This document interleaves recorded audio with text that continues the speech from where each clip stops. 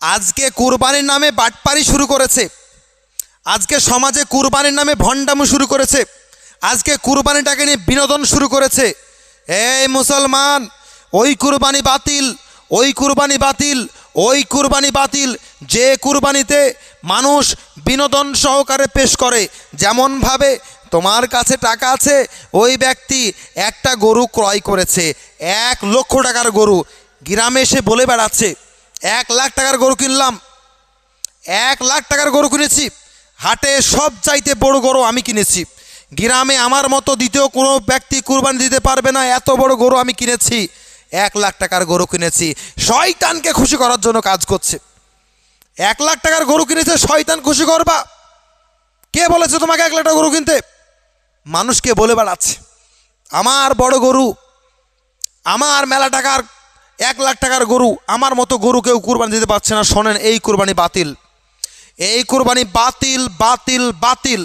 যে কুরবানির গরু কেনার পরে গর্ব করে বলে বেড়াবে আমার মতো গরু কেউ কিনতে পারেনি, তার কুরবানি বাতিল।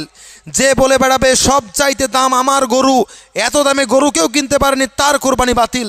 যে বলে বেড়াবে গ্রামে আমার চাইতে বড় গরু আর কেউ কিনতে পারেনি, তার কুরবানিও বাতিল।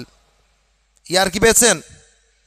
আপনার নিয়ত হবে শুধুমাত্র আল্লাহকে খুশি করার জন্য, কিন্তু আজকে আল্লাহকে নয় শয়তানকে খুশি করা কাজ করছে। আবার বেটা করে কি বাটপার, বাড়িতে এত জায়গা থাকতে রাস্তার ধারে গরুটাকে বাঁধে, রাস্তার ধারে মহিষটাকে বাঁধে, ছাগলটাকে বাঁধে। কেন? মানুষ দেখবে, যে দেখে নাম করবে, অমুক দেখ, অমুকের গরু দেখ, বাপরে 1,00,000 টাকার গরু, কঠিন ব্যাপার। বাটপারি শুরু করেছে, বিনোদন শুরু করেছে। নিয়ত কি তোমার নাম কামানোর? নাম তো কামিয়ে নেবা। মানুষ তো বলবে 1,00,000 টাকার গরু, মানুষ তো বলে বড় গরু, ঠিক আছে নাম কামালা, কিন্তু তোমার যে 5 পয়সা দাম থাকলো না, কুরবানিতে তোমার 5 পয়সা নাকি হলো না, কোনো মূল্য নেই তোমার ওই কুরবানিতে, শুধু গোশ খাওয়া হবে আর লোক দেখানো হবে। যেমনভাবে লোক দেখানো কিছু মানুষ নামাজ পড়ে, ঠিক সেরকমভাবে কিছু কিছু মানুষ আছে, তারা কুরবানি আল্লাহকে খুশি করার জন্য নয়, শয়তানকে খুশি করার জন্য করে, মানুষকে খুশি করার জন্য করে।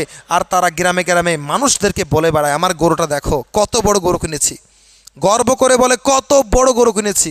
হ্যাঁ বেটা, এত সহজ নাকি?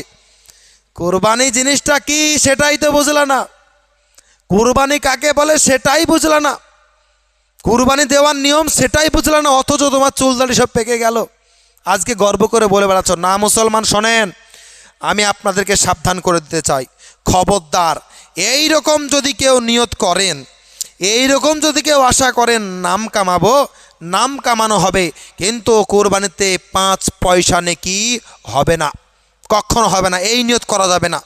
নিয়ত করতে হবে আল্লাহকে খুশি করার জন্য। তাতে আপনার 10,000-এর হতে পারে, 20,000-এর গরু হতে পারে, ছাগল দেন, ছাগল, যদি গরু না পারেন ছাগল দেন, নিয়ত পরিষ্কার রাখেন।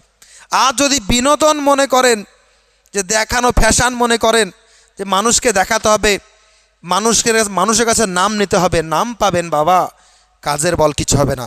তাই আপনাদেরকে বলবো, খুব হুঁশিয়ার, সাবধান। কুরবানির মতো হবে, কুরবানি যেন বিনোদনের মতো না হয়, কুরবানি যেন নাটকের মতো না হয়। কুরবানির মতো হবে, নিয়ত পরিষ্কার থাকবে, একমাত্র আল্লাহকে রাজি খুশি করার জন্য কুরবানি দিচ্ছি, একমাত্র আল্লাহকে রাজি করার জন্য কুরবানি দিচ্ছি, এই নিয়ত নিয়ে কুরবানি দিতে হবে। আর এইটাই নিয়ম, এইটাই নিয়ত, আর এইটাই নিয়ম। এর বাইরে যদি কেউ বিকল্প কোনো থাকে, কুরবানি হবে না।